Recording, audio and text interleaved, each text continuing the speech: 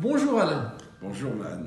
Écoute, je suis très heureux de te suivre de temps en temps au niveau de la chiropractique et tes besoins santé bien-être et aussi de faire cette interview. Je suis heureux et honoré et j'aimerais te demander de faire un petit témoignage vraiment des fois où tu es venu, pourquoi tu es venu et comment s'est passée l'expérience et si tu le recommandes bien sûr à la fin.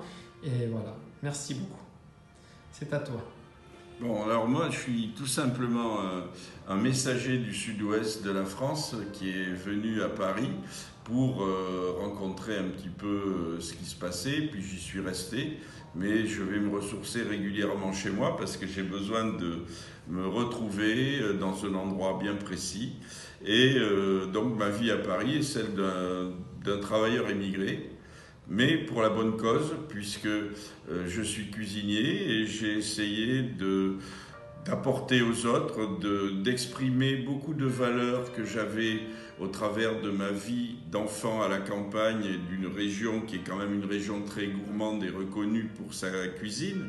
Donc moi j'ai essayé d'apporter au quotidien à des gens qui vivent à Paris des produits sains, naturels, travailler avec donc mes connaissances, avec mon imagination, et puis toujours au travers d'une jolie énergie pour pouvoir faire plaisir, parce que faire la cuisine c'est un acte maternel.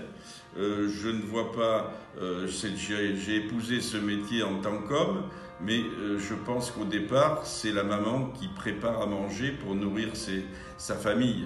Et donc, moi, ce que j'aime, c'est savoir le contact avec qui je vais challenger. Parce que si je ne connais pas les gens pour qui je travaille, moi, j'ai besoin d'être très près des gens avec qui je travaille et avec les gens pour qui je travaille. Parce que ça donne une ampleur complètement différente. C'est le côté passionnant, passionné, et d'attirer aussi des gens, les éveiller, parce que moi le premier, je me fais toujours la morale, je me dis il faut que tu écoutes les autres, il faut que tu écoutes, mais c'est vrai qu'on s'enrichit beaucoup en écoutant les autres et en goûtant le travail des autres. Donc c'est pour moi un côté merveilleux tu vois, par exemple, on vient de passer un moment, tu as travaillé sur mon corps, tu m'as reappris à respirer.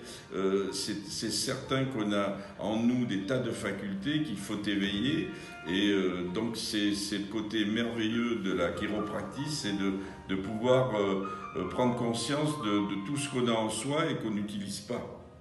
D'accord, merci beaucoup Alain. Donc je souligne que quelquefois tu as eu certains petits soucis lombaires, etc.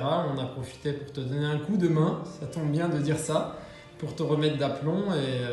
Et voilà, je voulais que tu rajoutes quelques mots sur ça, sur les fois où tu as pu venir et les besoins et comment ça s'est passé justement, les soins. Alors, D'une manière très brève. Hein, oui. Ce qui pour moi est très, très important, c'est d'avoir confiance. Et moi, je me confie à toi parce que je suis bien et que je sais que tu me veux du bien, mais que c'est très sincère et très profond. Donc je sais que ton action va me toucher. Et moi, de mon côté, je suis ouvert. Donc je suis réceptif. Et je pense que cette communion permet aussi de soulager des périodes où parfois je sais que les lombaires ou autre chose, c'est aussi lié à des soucis de travail dans la tête, des soucis familiaux, et le tout est lié, le dos est quelque part très sensible.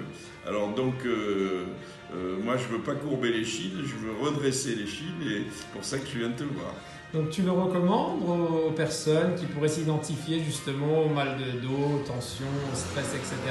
Il faut surtout dire à tous ces braves gens un peu trop naïfs qu'ils arrêtent de prendre des médicaments pour supprimer la souffrance artificiellement, parce que la souffrance, ils sont en train de la créer ailleurs, ils sont en train de se détruire.